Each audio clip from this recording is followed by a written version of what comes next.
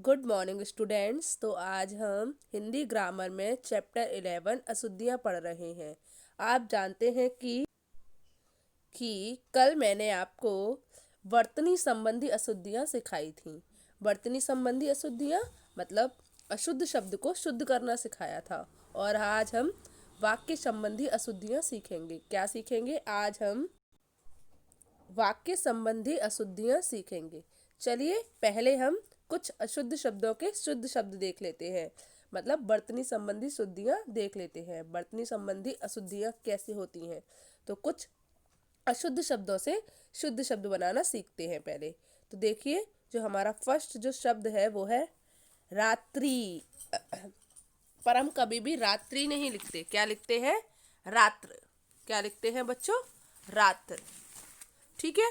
उसके बाद जो हमारा अगला शब्द है वो क्या है? बीमारी। हम बोलते जरूर बीमारी है, इसीलिए हम अशुद्ध लिख देते हैं इसको, पर होता है बीमारी। क्या होता है? बीमारी। बीमारी नहीं होता। क्या होता है? बीमारी। तो बीमारी अशुद्ध शब्द है और उसका शुद्ध शब्द क्या होता है? बीमारी। ओके, चलिए अगला देखते हैं। तो अगला क्या है? भूमि। भूमि नहीं होता, भूमि नहीं होता। क्या होता है? भूमि। क्या होता है? भूमि। तो इसीलिए भूमि क्या है? गलत शब्द है और भूमि सही शब्द है। भूमि अशुद्ध शब्द हो गया और भूमि शुद्ध शब्द हो गया। भूमि कैसा शब्द हुआ बच्चों? अशुद्ध शब्द। और भूमि शुद्ध शब्द। ठीक है। तो भूमि ऐसे लिखते हैं, भूमि। और ये गलत है। ठीक है, भूमि गलत है। चलिए उसके बाद अगला शब्द देखिए। अगला क्या है? कभी। कभी नहीं होता, कभी। क्या होता है? कभी। तो जो बच्चे कभी लिखते हैं उनका गलत होता है, और कभी बोलते हैं, कभी लिखते हैं, वो सही होता है। ओके, चलिए उसके बाद अगला शब्द देखते हैं। तो अगला शब्द क्या है बच्चों? हृदय। हृदय। हृदय नहीं होता, हृदय। क्या होता है? हृदय। हा के नीचे रा, हा के साथ फिर दय, तो हृदय। और यहाँ पे लिखा है हृदय। हृदय नहीं होता, हृदय क्या होता है? हृदय। ठीक है, तो इसीलिए ये वाला अशुद्ध शब्द है और ये वाला शुद्ध शब्द है। हृदय इस तरीके से नहीं लिखा जाता। किस तरीके से लिखा जाता है? हृदय। हृदय। ठीक है। चलिए उसके बाद अगला शब्द देखिए। अगला है नर्क। तो नरक नहीं बोलते, नरक बोलते हैं। क्या बोलते हैं? नरक। नरक गलत शब्द हो गया, अशुद्ध शब्द है। और नरक शुद्ध शब्द है। ठीक है, नरक नहीं होता। क्या होता है? नरक। चलिए कुछ और शब्द देखते हैं। तो अगला है आगामी। आगामी नहीं होता, आगामी होता है। क्या होता है? आगामी नहीं होता। क्या होता है बच्चों? आगामी। क्या होता है? आगामी। उसके बाद अगला देखिए, प्रकृति। प्रकृति नहीं होता, प्रकृति नहीं होता। क्या होता है? प्रकृति। क्या होता है? प्रकृति। यहाँ पर प्रकृति ऐसे भी नहीं लिखते ना, कैसे लिखते हैं? प्रकृति। ये का पर ऋषि की मात्रा आती है, ना कि रा पदेन और ई की मात्रा। ठीक है, तो प्रकृति। आपको समझ आया कैसे लिखते हैं? प्रकृति ये शुद्ध शब्द है और ये अशुद्ध शब्द है। चलिए अगला देखते हैं। तो अगला क्या है? देखिए, ये है आशीर्वाद। आशीर्वाद। क्योंकि आपने देखा है, मैंने ये आपको पहले भी बताया, जिस शब्द पर रा रेफ की मात्रा आ रही होती है उससे पहले ही बोली जाती है वो। तो आशीर्वाद। और अब यहाँ बोलिए आशीर्वाद। तो कौन सा आशीर्वाद सही हुआ? ये आशीर्वाद हो गया, ये आशीर्वाद हो गया। क्या बोलते हैं हम? आशीर्वाद। लिखते ऐसे हैं, तो इसीलिए ये अशुद्ध शब्द है। और शुद्ध शब्द क्या है? आशीर्वाद। ठीक है, समझ आया? ये आशीर्वाद है, इसलिए कोई भी बच्चा ऐसे नहीं लिखेगा। कैसे लिखेगा? आशीर्वाद। ओके, चलिए अब हम अपना अगला शब्द देखते हैं। तो अगला शब्द क्या है बच्चों, बताइए? अतिथि। क्या है? अतिथि। ऐसे लिखते हैं? नहीं। कैसे लिखते हैं? अतिथि। अतिथि। जिसके आने की तिथि ना मालूम हो वो हो गया अतिथि। तो अतिथि पर ये था पर बड़ी की मात्रा लगती। क्या कौन सी मात्रा लगती है? छोटी की। इसको अतिथि बोलेंगे और इसको अतिथि। ठीक है, चलिए अब हम अपना अगला शब्द देखते हैं। तो अगला शब्द क्या है बच्चों हमारा? मर्यादा। मर्यादा इस तरीके से नहीं लिखा जाता, कैसे लिखा जाता है? मर्यादा। मर्यादा इसको हम कैसे बोल रहे हैं? मर्यादा, यहाँ पे मर्यादा। ठीक है, तो ये अशुद्ध शब्द है और ये शुद्ध शब्द है। तो बच्चों आपको कुछ अशुद्ध शब्दों से शुद्ध शब्द लिखना आया कि हम आशीर्वाद कैसे लिखते हैं, अतिथि कैसे लिखते हैं, प्रकृति कैसे लिखते हैं, मर्यादा कैसे लिखते हैं, स्वास्थ्य कैसे लिखते हैं, कल सिखाया था ना। चलिए तो अब हम क्या सीखेंगे? अब हम वाक्य संबंधी अशुद्धियां सीखेंगे। ओके, चलिए स्टार्ट करते हैं। तो वाक्य संबंधी अशुद्धियां। वाक्य संबंधी अशुद्धियां क्या होती हैं? देखिए, वाक्य संबंधी अशुद्धियां निम्नलिखित हो सकती हैं। मतलब कोई भी गलती अगर हम वाक्य के अंदर कर रहे हैं तो वो वाक्य संबंधी अशुद्धियां हो गई। जैसे अगर हमने कोई शब्द अपने वाक्य में गलत लिख दिया है तो वो वाक्य संबंधी अशुद्धियां हो गई।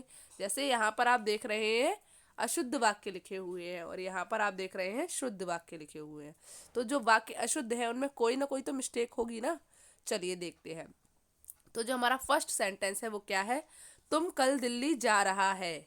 कभी भी आपने सुना है हम ऐसे बोलते हैं तुम कल दिल्ली जा रहा है? नहीं बोलते ना। क्या बोलते हैं? तुम कल दिल्ली जा रहे हो। तो रहा है नहीं, रहे हो। तो रहा है रॉन्ग और रहे हो सही। तो तुम कल दिल्ली जा रहे हो। तो तुम कल दिल्ली जा रहा है नहीं होता, क्या होता है? तुम कल दिल्ली जा रहे हो। ओके, तो ये वाक्य अशुद्ध है और ये वाक्य शुद्ध है। चलिए अब हम अपना अगला सेंटेंस देखते हैं। तो अगला सेंटेंस क्या है बच्चों? मोहन मुझे 4 केले दिए। मोहन मुझे 4 केले दिए हैं। कभी हम ऐसे बोलते हैं, कैसे बोलते हैं? मोहन ने मुझे 4 केले दिए हैं। तो यहाँ पर किसी एक कारक की, किसी एक विभक्ति की जरूरत है और यहाँ पर वो नहीं लगाई गई है, इसीलिए ये वाक्य अशुद्ध हो गया। तो मोहन मुझे 4 केले दिए हैं मतलब क्या है? इसका नहीं समझ में आ रहा ना। तो क्या होता है? मोहन ने मुझे 4 केले दिए हैं। मोहन ने मुझे 4 केले दिए हैं। तो यहाँ पर आपको पता चल गया, इसकी वजह से, ने की वजह से ये अशुद्ध वाक्य था। चलिए अब हम अपना अगला सेंटेंस देखते हैं। अगला सेंटेंस क्या है? बच्चे मैदान में खेलता है। अब बच्चे देखिए प्लूरल वर्ड है, तो हम खेलता है कैसे लगा सकते हैं? क्या लगा सकते हैं? खेलते हैं। तो बच्चे मैदान में खेलते हैं, क्योंकि यहाँ पर बच्चे जो है वो बहुवचन में यूज हो रहा है और खेलता जो हम यूज कर रहे हैं वो हम एक वचन में यूज कर रहे हैं। तो ऐसा तो नहीं होता, अगर हमारा सब्जेक्ट बहुवचन है, कर्ता बहुवचन है, तो हमारा जो क्रिया है वो भी बहुवचन में यूज होगी ना। तो बच्चे मैदान में खेलते हैं, ना कि बच्चे मैदान में खेलता है। ठीक है, तो सही क्या हुआ? बच्चे मैदान में खेलते हैं। चलिए अगला सेंटेंस देखते हैं। तो 4 नंबर का जो सेंटेंस है वो क्या है? दिल्ली भारत का राजधानी है। दिल्ली भारत का राजधानी है या की राजधानी है? की राजधानी है। तो दिल्ली भारत की राजधानी है। समझ आया? चलिए अगला सेंटेंस देखिए। अगला क्या है? तो कुत्ता पानी पिया। कुत्ता पानी पिया, क्या ऐसा सही? हम ऐसे ही बोलते हैं कुत्ता पानी पिया? नहीं, कुत्ते ने पानी पिया। किसने पानी पिया? कुत्ते ने। तो कुत्ते ने पानी पिया, ये अशुद्ध वाक्य हो गया और ये शुद्ध वाक्य हो गया। चलिए उसके बाद अगला सेंटेंस क्या है आपका? यहाँ कोई नहीं रहते। यहाँ कोई नहीं रहते, ऐसे बोल सकते हैं क्या हम? रहते, जब हम कोई नहीं रहता ना तो रहता लगाएंगे ना, रहते क्यों लगाएंगे? तो क्या सही होगा? यहाँ कोई नहीं रहता। क्या सही हुआ बच्चों? यहाँ कोई नहीं रहता। चलिए अगला वाक्य देखिए। तो अगला वाक्य है 7 नंबर पर, तुम बाजार जाएगा। तुम बाजार जाएगा, क्या सही है? बताइए आप। तुम बाजार जाओगे, जाएगा नहीं आएगा, क्या आएगा? जाओगे। तुम बाजार जाओगे। ओके, चलिए तुम बाजार जाएगा गलत है, तुम बाजार जाओगे सही है। चलिए अगला वाक्य देखिए। अगले वाक्य में क्या अशुद्ध है? वह पढ़ता हूँ। एक बात आइए, हम वह पढ़ता है या पढ़ता हूँ ऐसा तो नहीं बोल सकते। तो क्या बोलते हैं? वह पढ़ता है। अगर मैं होता तो मैं पढ़ता हूँ तो सही हो जाता। वह पढ़ता है। ठीक है, तो क्या आएगा? हूँ की जगह है आएगा। तो बच्चों आपको अशुद्ध वाक्य से शुद्ध करना आया। चलिए कुछ और वाक्य देखते हैं। तो क्या है अगला?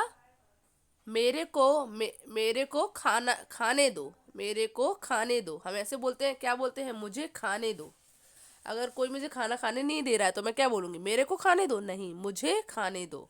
ठीक है, तो यहाँ पर ये अशुद्ध वाक्य है और मुझे खाने दो शुद्ध वाक्य है। चलिए अगला वाक्य देखते हैं। तो अगला वाक्य है, घोड़ा जल को मांगेगा। घोड़ा जल को मांगेगा या घोड़ा जल मांगेगा?